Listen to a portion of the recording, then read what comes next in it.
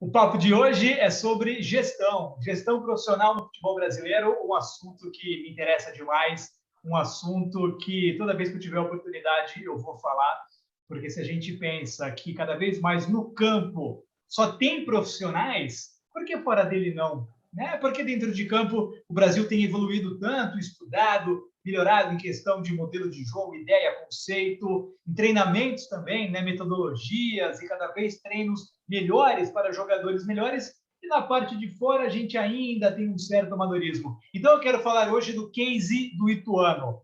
Esse case que começou lá atrás com o Juninho Paulista, hoje o Juninho está na CBF, né, como diretor de seleções. E o meu convidado de hoje, que é o Paulo Silvestre, assumiu em 2013. E tá aí, a gente pode falar que esse projeto, não vou falar coroado, porque coroado parece que dá uma conotação de fim, né? E ainda tem muita coisa para crescer, para evoluir. O Ituano agora, em 2021, conseguiu acesso da Série C para a Série B do Campeonato Brasileiro e, por que não, né? Subir para uma Série A, jogar uma Sul-Americana, Libertadores, enfim. Paulo, obrigado por estar aqui, parabéns pelo trabalho, parabéns pelo acesso recém-conquistado com o Ituano. E antes de falar propriamente do projeto, por trás de tudo bem sucedido no mundo tem pessoas. Eu queria conhecer um pouco mais, a gente já se falou, né, Paulo? Você tinha uma carreira totalmente fora do futebol, né? Você trabalhava na Mercedes-Benz, na Alemanha, e de repente se viu aí nesse projeto sucedendo o Juninho Paulista em 2013, ali depois, quando ele vai para a seleção, você toma a frente do projeto. Paulo, conta um pouquinho para a gente quem é o Paulo Silvestre. Grande abraço, obrigado por estar aqui mais uma vez. Olá, Capretes, quem agradece sou eu pela oportunidade de conversar com você. Já admiro o teu trabalho há muito tempo, já te escutei inúmeras vezes e é um grande prazer conversar com você diretamente aqui agora. O meu envolvimento no futebol, bom, ele começa desde que eu me lembro. Eu sou torcedor de futebol desde criança. Meu presente de aniversário durante não sei quantos anos da minha vida foi uma bola, no tempo que a bola era de capotão e furava, e aí tinha que ter bola. E eu adorava futebol. Aí eu cresci, fiz uma carreira e acabou sendo uma carreira internacional. Eu fui estudar na Alemanha, trabalhei em uma grande empresa que você mencionou, Mercedes, uma empresa fantástica, onde eu aprendi, mas sem nenhum envolvimento com futebol, naturalmente. E eu voltei para o Brasil, depois eu saí de novo. Eu passei muito tempo no exterior nessa minha carreira de negócios internacionais.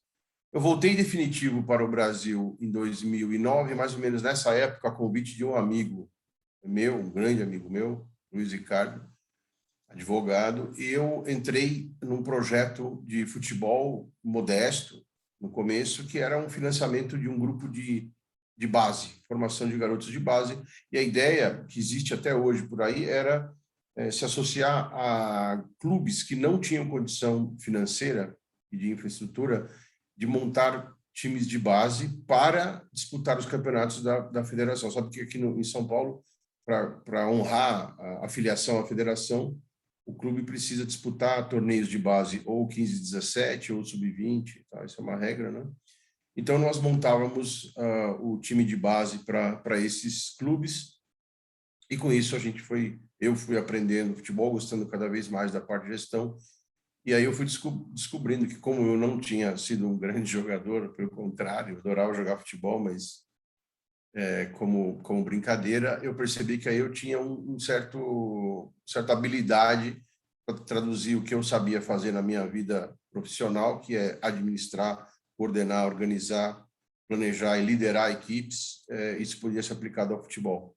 Nós circulamos em alguns clubes e aí em 2013 eu fui apresentado ao Juninho. Ele estava já engajado no projeto de gestão profissional do Ituano e estava procurando parceiros, reforços aí daquela época. A gente teve uma sintonia muito boa, nos entendemos muito bem rapidamente. Eu entrei no projeto em 2013 e foi durante o Campeonato Paulista de 2013, uma situação que o Ituano estava um pouco difícil, com ameaça e tal. Aí nós começamos a trabalhar junto, logo de cara, né, no primeiro Campeonato Paulista que a gente disputou, que eu disputei junto, nós fomos campeões, 2014. Então, isso foi um incentivo muito grande.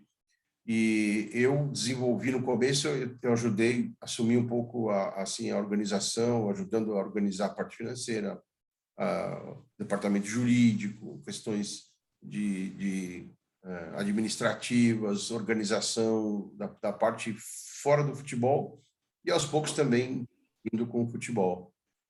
O Juninho já tinha feito muita coisa, né? Ele realmente, além de ser um campeão mundial, um craque dentro de campo, ele tem o talento, já era um bom gestor de futebol, uma visão, tinha se preparado para isso. E ele tinha uma visão, o que está acontecendo hoje, ele já enxergava em 2010, 2011. O caminho, até hoje, que a gente trilhou, ele tinha já imaginado como devia fazer. Aí eu ajudei a solidificar esse trabalho, ficamos juntos, até ele se desligar para ir para a CBF, então eu assumi no começo de 19, final do Campeonato Paulista, e aí fui aí agraciado com o acesso, né? Primeiro campeonato que eu liderei como gestor, nós subimos da Série D para a Série C. Esse é o resumo do meu envolvimento com o futebol, como eu cheguei até aqui. Eu continuo tendo outras atividades, eu trabalho, tenho empresa de investimentos, participo da gestão de outras empresas e também me dedico à gestão do Ituano. Não, é muito interessante, né, Paulo? Se a gente pegar essa linha do tempo, né? Você falou do Juninho Paulista, e assim, eu entrevistei o Juninho Paulista em 2009, né? Ele já tinha realmente essa visão, né?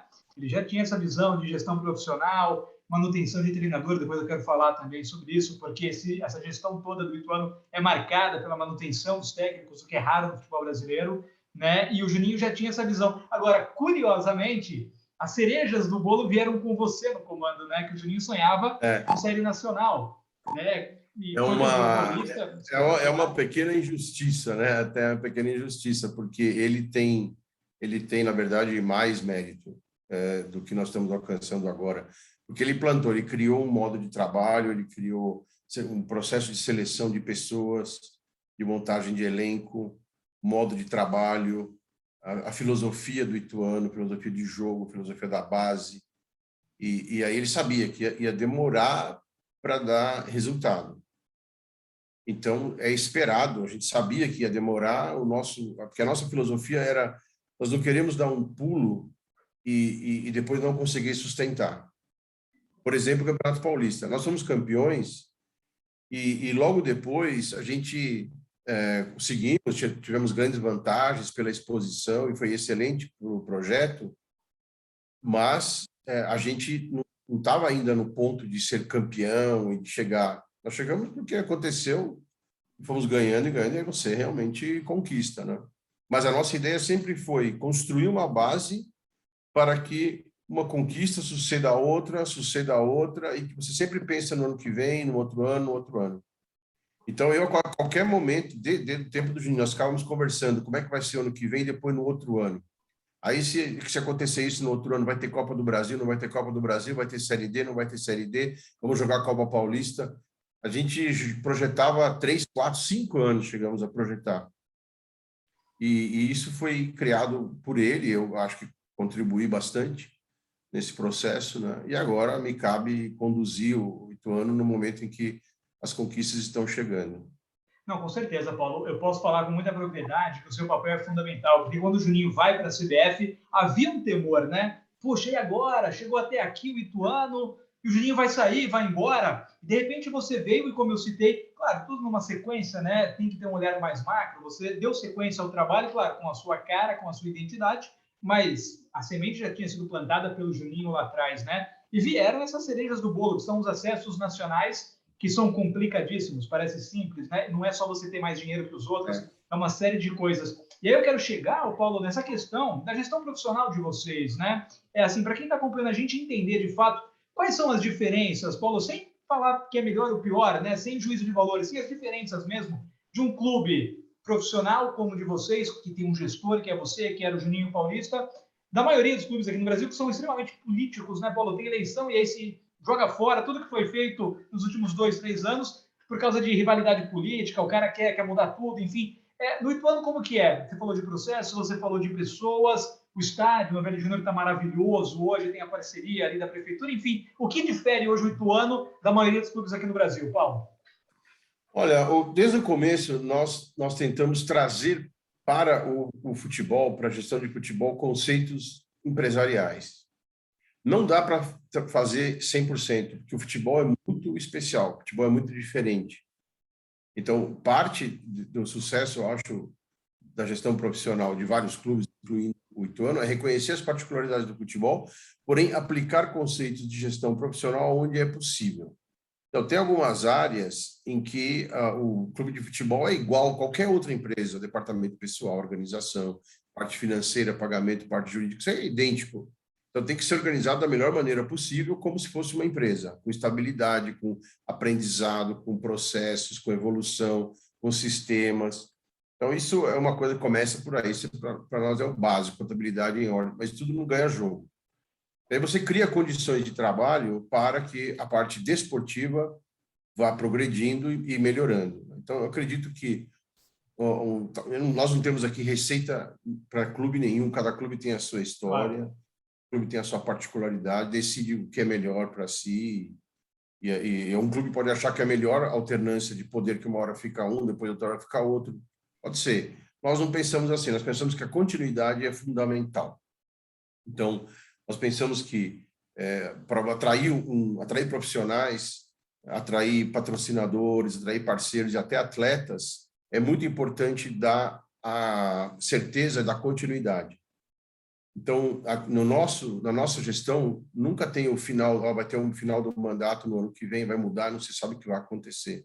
É sempre igual. Há 10 anos, há 11 anos agora, é a mesma filosofia, a mesma gestão. Então, tem fornecedores que trabalham com a gente desde aquela época, tem parceiros que trabalham com a gente, seja financeiro, seja atleta, seja pessoas que estão desde o começo, que começaram com o Juninho, trabalham com a gente até hoje.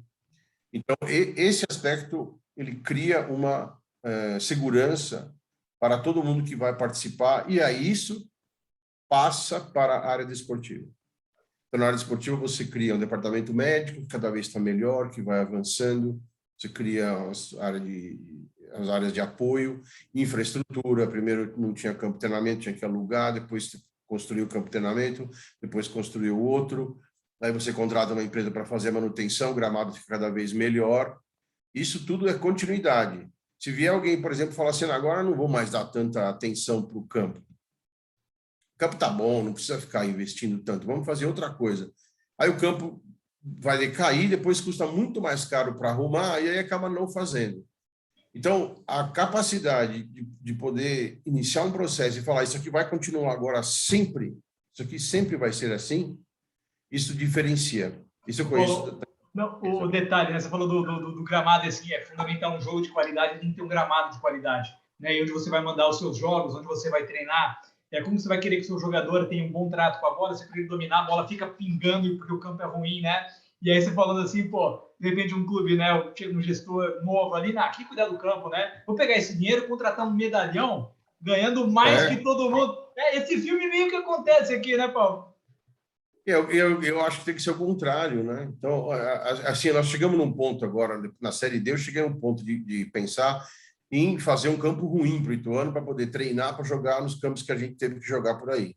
Porque nós treinamos em campos que são verdadeiros tapetes, muito bem cuidados, e aí a gente teve que jogar em campos fora de questão. Em cada campo que você vê na Série D e na Série C, campos muito ruins, campos bons também, não é só Ituano, mas a gente procura manter o campo o melhor possível para que o espetáculo seja bonito, que quando tem transmissão do jogo do Ituano, todo mundo acha bacana, a bola tá rolando, então o que vence o melhor, aí o jogador vem, não pode reclamar, falar o campo do Ituano é limitado, é ruim, não sei o que, é duro, tem buraco, não tem, é sempre o melhor possível para que o desempenho possa ser cobrado.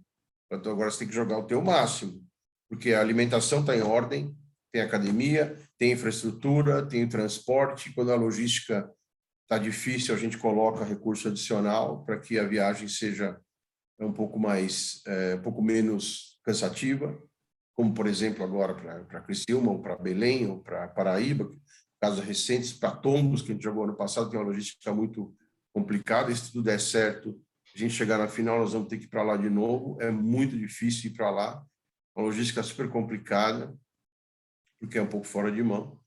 Então, a gente procura criar condições financeiras para que isso seja possível, que seja sempre igual, sempre melhor, nunca voltar para trás. Então, dos principais lemas que eu carrego na minha forma de trabalho eu não começo nada que eu não tenho certeza que se eu vou conseguir continuar. Então, eu posso demorar para dar um passo. A hora que eu dou o passo, eu não volto mais. Eu vou segurar. Então, agora é o próximo. Depois, agora, nós vamos melhorar mais um pouco. Mas eu vou fazer, que nem você falou, vamos contratar um super time e aí Deus nos ajude para ganhar tudo. Se ganhar, pode ser que vá para frente. Se não ganhar, arrebenta tudo, volta para trás, fica com dívida, deixa de pagar o outro porque não conseguiu pagar aquele. Isso aí jamais vai ter no Ituano. Isso aí nós consideramos. O Juninho também, desde sempre falava, não vamos fazer isso. Então, uma dessas nossas regras também nós não assumimos compromisso que nós não temos certeza de que nós vamos poder cumprir. Não, isso é então, incrível. Antes de definir uma despesa, eu quero saber de onde vai vir o dinheiro para pagar. Tem dinheiro? Ah, tem. Tá bom, então vamos trocar o ônibus. Tá? Pode fazer, a gente tem dinheiro para pagar. Vamos contratar um jogador que está um pouco acima da nossa média. Parece que merece, bom, tal. Então, tá bom, vamos ver onde que está. Deixa eu estar no orçamento aqui, onde é que vamos economizar para poder pagar. E assim por diante. E todo mundo aceita, todo mundo entende. E qualquer profissional que chega, ele chega já entendendo isso. Então, não existe esse questionamento. Não tem essa discussão, porque ele já sabe que aqui é assim. Agora, na medida que a gente vai avançando, tem que ir criando condições financeiras para que tudo suba a qualidade do time, reforços, etc., porque os desafios são sempre maiores, né? Então, fazer um time pequeno, bem administrado, ali fica não é o objetivo. O objetivo é fazer um time administrado que vai crescendo cada vez melhor, cada vez mais competitivo, do ponto de vista esportivo. Perfeito. Ô, Paulo, eu ouvindo a sua fala, eu me lembro de 2020, né? Eu estava nos canais Fox Sports, eu fiz uma série de matérias sobre os efeitos da pandemia, naquele período ali de março a julho, quando teve jogo, parou tudo, né?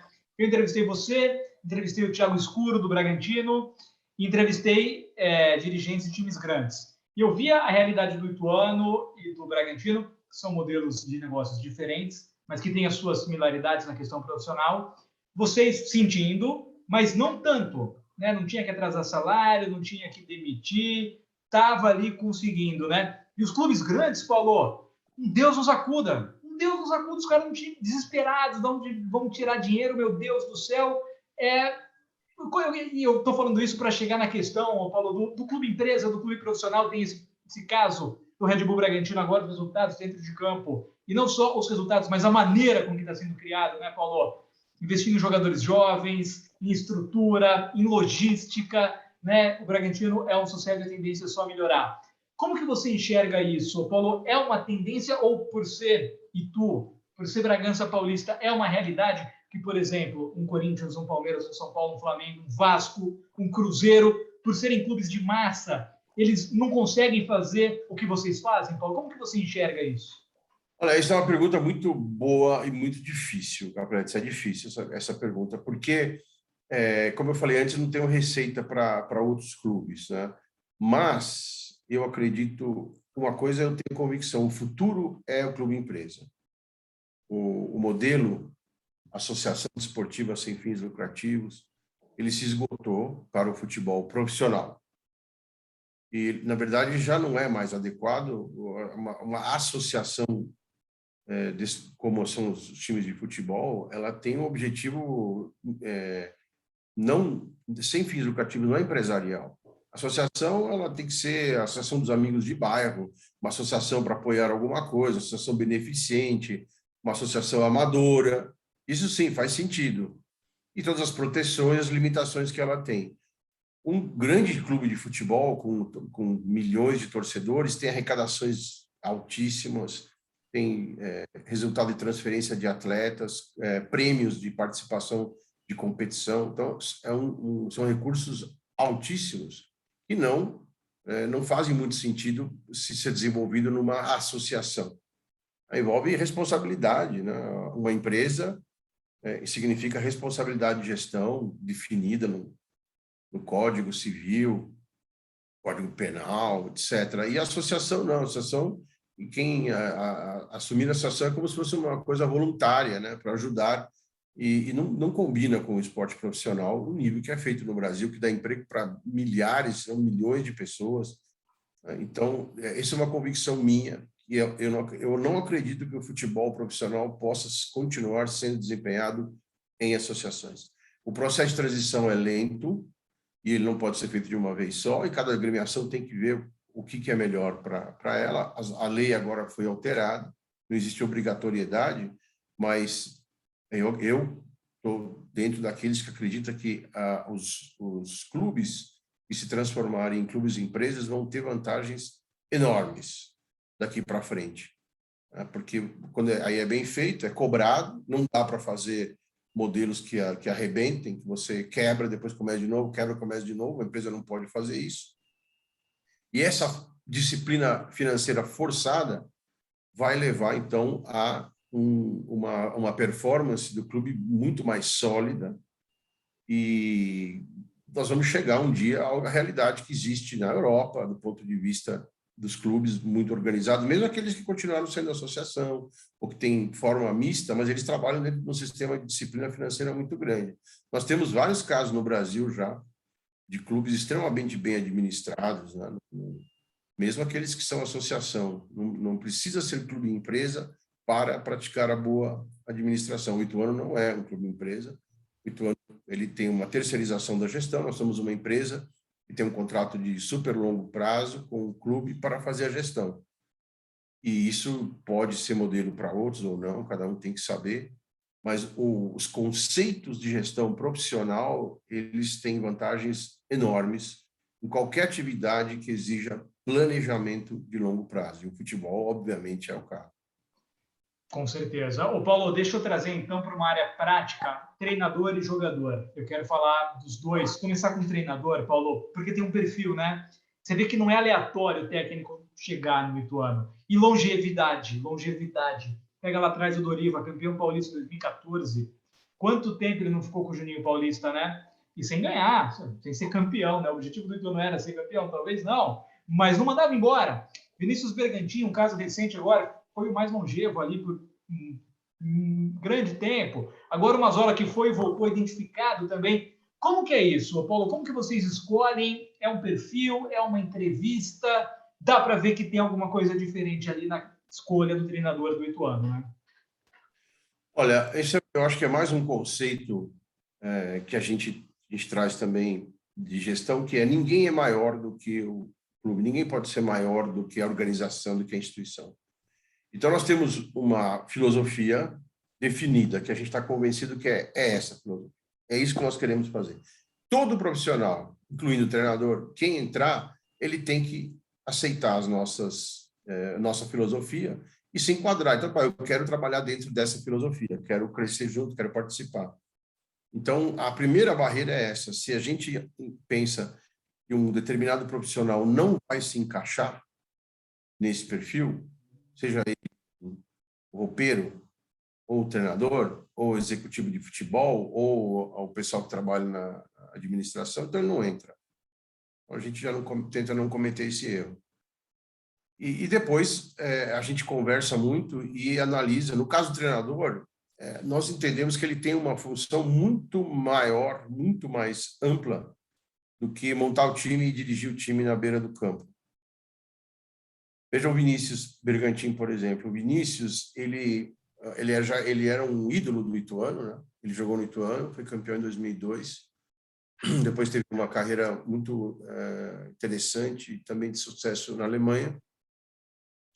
E ele voltou para cá, o Juninho convidou ele para entrar na base, ele ficou base 15, 17, 20, chegou ao profissional, auxiliar, técnico, profissional, quando saiu o Tarcísio.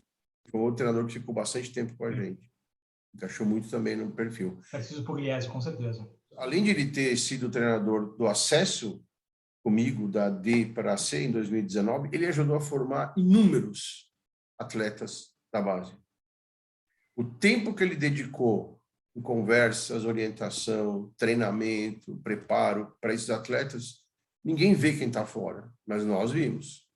Nós vimos. Então, por isso que na primeira crise ele foi mandado embora, né, Paulo? justamente. Então, assim, perdeu o jogo, mesmo porque nós não acreditamos, o Juninho não acreditou nisso, eu aprendi com ele também. Aqui nunca vai ter isso, esse negócio de chegar e falar, se você perdeu, você está fora. Isso não é gestão, na minha opinião, isso não faz o menor sentido, não é assim que funciona em nenhum lugar. Esse tipo de pressão funciona 1, 2, 3, a gente nunca vai fazer isso. Então, às vezes tem que interromper um trabalho, isso é a coisa mais normal do mundo.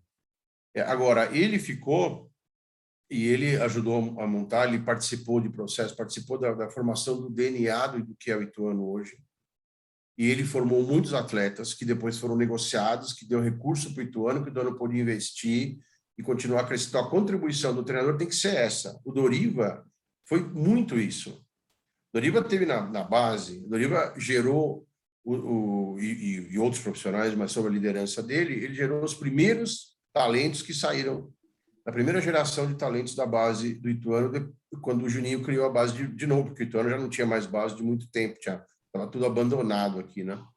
O Juninho criou a base, foi indo, e a primeira geração de talentos foi o Marcão, que é um ídolo na China hoje, está vivendo super bem, super feliz lá, foi dessa época. O Cleison, jogou na Ponte, jogou no Corinthians, jogou no Bahia, hoje está no Cuiabá, indo super bem, é dessa safra, e outros vários.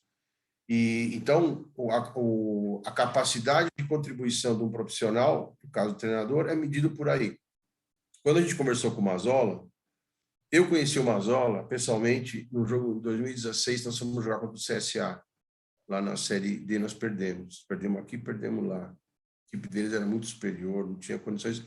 Foi uma lição muito importante para mim. Eu vi um time forte, um time fisicamente se impondo dentro de campo.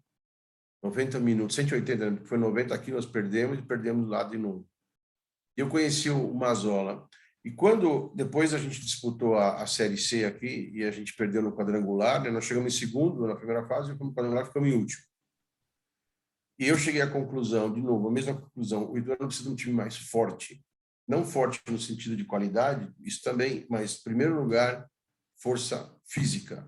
A Série C é um campeonato muito físico, e o contato, a arbitragem deixa a bola rolar muito mais do que no Paulistão. Você vê lance que a gente chamava antigamente jogo de corpo, carga. E no Paulistão, ninguém nem faz, porque já sabe que é falta ou se não for amarelo. Na Série C, passa batido. Então, critérios de arbitragem diferentes. Tem árbitro do Acre, Tocantins, do Maranhão, do Amazonas, apitar, pessoas que a gente nunca viu, e o jeito de apitar é diferente. Então, eu entendi o campeonato. Nós passamos o campeonato de 2020 sem público, aquela situação assim, observando. Eu observei todos os jogos, acompanhei os treinos, e eu percebi isso. E eu vi um time como o Brusque, por exemplo, muito mais pesado, chegando. Um time que entrava em campo, já tinha ganho a partida, modo de falar, né? Sim, sim. Cascudo, né? Ele transmitia uma autoconfiança e uma força e uma capacidade de recuperação durante a partida, uma vibração. O Santa, que caiu, está numa situação bastante difícil agora. O Santa Cruz foi o melhor time da Série C 2020, em termos de pontos. Não classificou por muito pouco. Também tinha essa mesma característica. O Vila Nova, então, nem se fala. E outros. Piranga, foi super bem nas duas competições. E aí nós montamos um elenco nessas características. Eu queria um time mais forte, mais alto, mais rápido e com as qualidades, obviamente, necessárias para fazer um time vencedor. E aí nós montamos o elenco e resolvemos, então, aí quando chegou o ponto de mudar o treinador, uma coisa em comum, um acordo, desgastou, chegou um momento que a gente tinha uma comunicação muito aberta, muito franca, né? O Vinícius e eu. E Foram aí a quase gente 3 anos também, né, Paulo? Ele ficou 4 anos. Mais de 4, isso? Muito tempo. Impensável aqui no quando, Brasil um negócio desse. Perdia só pro Renato Gaúcho no Grêmio, né? Isso, quando o Renato saiu do Grêmio e foi para o Flamengo, o Vinícius virou o treinador mais longevo de nível Brasil, de Série A, B, C e D. E aí ele saiu, então aí o Mazzola pegou, a gente trouxe ele porque a gente achou esse é o treinador que encaixa. Você já tinha lembrado do Mazzola no CSA? Mas também o Beto Souza, que é o nosso executivo de futebol, era muito bom, ajudou muito. Ele chegou na pandemia e ele está fazendo um trabalho excepcional, ajudando demais. Nós jogamos o Campeonato Paulista de 2020 sem executivo de futebol, nós não encontramos ninguém que a gente achou que encaixava. Então, aquela tua pergunta, né? Nós chegamos a ficar um torneio inteiro sem executivo de futebol, porque eu não vou contratar alguém que depois vai dar errado, não, eu prefiro ficar sem. Foi bem difícil, foi muito ruim para nós. Você assumiu as duas aí, Paulo? Você estava como gestor e você ali como um executivo, ali o dia inteiro no telefone, conversando com agente de futebol, negociando salário e tal. Ajuda do Ednei, que participa, mas não foi bom. Não foi bom. Aí achamos a pessoa certa, ele veio e tá sendo um membro fundamental da nossa equipe. Então, ele também nos ajudou a tomar a decisão para trazer o Mazzola. Ô, Paulo, e agora você já resvalou na questão do elenco, né? Você entendeu Série D e Série C muito mais forte, muito mais pegada por tudo que você falou, campo ruim, arbitragem. Você joga um Paulistão, e olha só que paradoxo que é, você joga um Paulistão dia 1 do primeiro semestre, do primeiro trimestre do ano, que pô, você vai pegar Palmeiras, Corinthians, São Paulo, Santos, Ponte Preta, times de Série B, Guarani, e aí você cai numa Série D e depois numa Série C, que é outro mundo, é outro futebol, né? E aí, mas esse elenco, mas o Ituano sempre teve uma cara, né, Paulo? Jogadores que ficaram anos e anos, e, pô, você viu um perfil de comportamento mais do que jogo, né, Paulo? Eu acho assim, você está falando do Vinícius Bergantin, que tinha uma ideia de jogo, o Mazzola deu sequência, com o Doriva, o Ituano sempre teve um futebol propositivo, né, gostava de ter a bola, você via jogadores com boa relação, mas comportamento também, né? Você via ali, pô, não tinha polêmica, não tinha muito jogador expulso. Existe também um perfil que vocês vão buscar de atleta, né, Paulo? Não é aleatório também, né? A gente foi um aprendizado, né? Um aprendizado. Eu observei ao longo desse tempo todo elencos diferentes, com pessoas mais. No começo, nós não tínhamos jogadores da base. Você pega o título de 14, nós tínhamos acho que 2 atletas da base, ou 3, mas que não chegaram, se não me engano, nem entraram em campo. Não estavam prontos ainda, mas fizeram parte do grupo. Aí, foi avançando, nós começamos a contar com atletas da base para o elenco. E começou essa mescla de jovens, de talento, que a gente queria até forçar, vamos dizer assim, no elenco. Outros jogadores jovens que a gente encontrava, começou a atrair, o Ituano virou um imã para jovens atletas. Estrutura, paga em dia, o jogador gosta disso, né, Paulo? Segurança, né? Exatamente. A chance de poder jogar, né? Veteranos. Sempre teve veteranos no time e tal. Correia ficou anos aí com vocês, né? Correia veio, ficou um tempão, subiu, ajudou a gente a subir, foi o líder dentro de campo. O seu Vinícius foi o líder da equipe, do elenco dentro de campo. E, às vezes, não dá muito certo quando a pessoa coloca o seu próprio interesse acima. O futebol, eu entendo assim, ele é um esporte coletivo, mas são indivíduos que estão jogando, são pessoas, então cada um pensa no seu. O jogador quer receber, quer poder jogar, quer aparecer, quer poder jogar, e ele quer crescer na carreira, quer ter vitrine, quer subir. Isso tudo, para mim, é normal. Mas no momento que ele está vestindo a camisa do clube, ele tem que dar tudo para o clube. E eu entendo que o melhor para o jogador é que o clube vá bem. Se o jogador não acredita nisso, não serve para nós. Não serve. Então, no Ituano não tem o jogador, eu não quero treinar, eu quero chegar mais tarde. Isso nunca vai existir. Nunca. É um desrespeito muito grande, e a gente sabe que existe isso por aí, aqui não vai ter. Então, Não tem ninguém que... Como a gente não atrasa salário, graças a Deus, graças ao planejamento, isso nunca aconteceu aqui, mas eu não consigo nem imaginar de você chegar a pegar pagar um e não pagar o outro, como a gente sabe que também acontece. Também não consigo nem imaginar isso. Então, uma filosofia de, em primeiro lugar, o clube. O nosso objetivo é claro, sempre o clube, sempre o bem do Ituano. E aí, se a gente acha que um jogador não se encaixa nisso, ele acaba saindo. Quando a gente erra a contratação e traz, aconteceu, até recentemente, eu não vou mencionar nomes, aí a gente exclui e termina e acaba e conserta.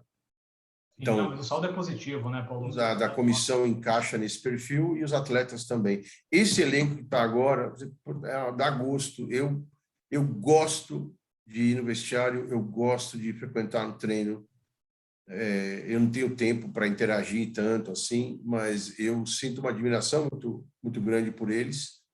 São extremamente disciplinados. Nós tivemos um índice de Covid baixíssimo, graças ao departamento médico, que soube lidar com essa situação, graças às nossas regras rígidas, mas principalmente devido à disciplina.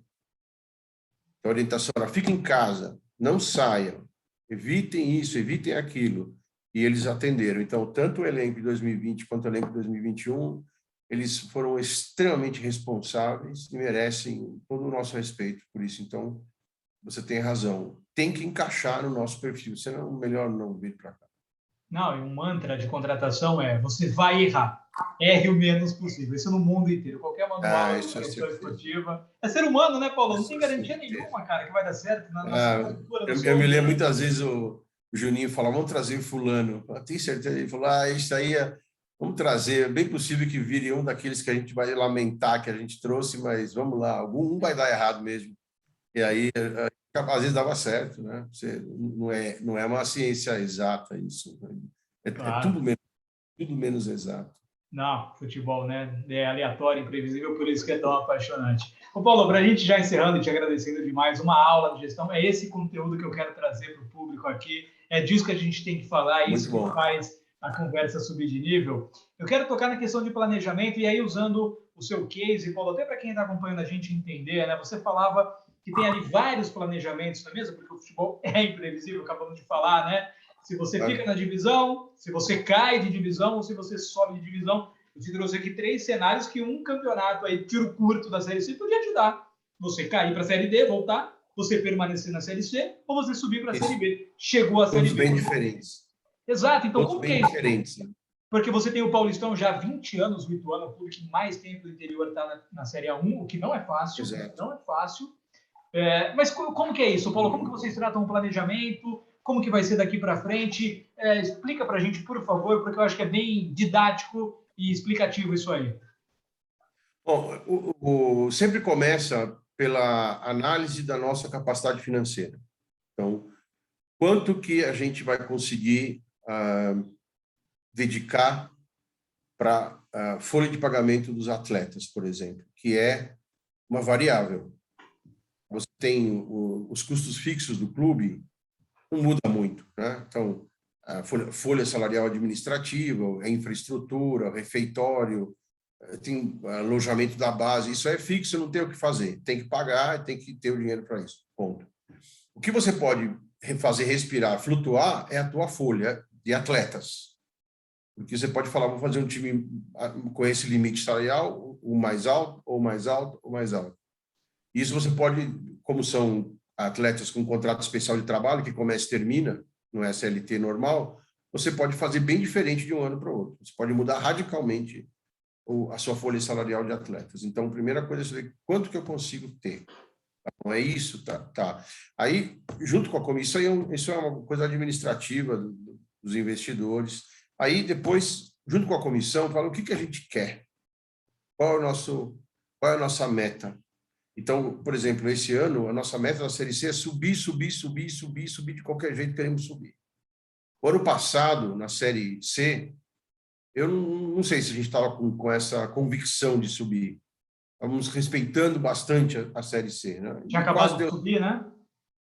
Justamente, no final, quando chegou no quadrangular, a gente viu que nós não tínhamos chance. Eu não acho que nós não fomos prejudicados por árbitro, não tivemos azar da bola que bateu na trave, no dia que choveu demais, não tem nada disso. O Ituano perdeu dentro de campo e foi o pior time do quadrangular. Eu não tenho a menor dúvida quanto a isso.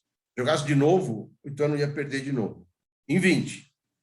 Em 21, nós entramos com convicção. Vamos montar um time, nós vamos chegar para chegar. E nós estamos indo para ser campeão. Sábado, amanhã, vamos entrar com força máxima para ser campeão nos próximos 2 fins de semana. Né? Espero que dê certo. Então, definindo o objetivo que você quer, aí fala, bom, que tipo de... Aí começa a discussão onde o treinador passa a ser a figura central. E que tipo que você quer? Como é que nós vamos jogar? Qual jogador que está precisando para defesa? A gente repassa o nosso elenco. Nós temos jogadores da base, jogadores que têm contrato mais tempo. E aí tem os jogadores que vence o contrato, a gente decide ou fazer oferta para que eles fiquem. O que vai acontecer agora, quando acabar, nós temos jogadores que têm contrato que encerram. E alguns, a gente já está olhando, né? Tem vários que nos agradam. E tem o reforço que a gente vai buscar. E aí você monta o elenco com essas regras, sempre respeitando a máxima de que o orçamento da folha não pode ser estourado. Se quer gastar um pouco mais aqui, tem que ser menos ali.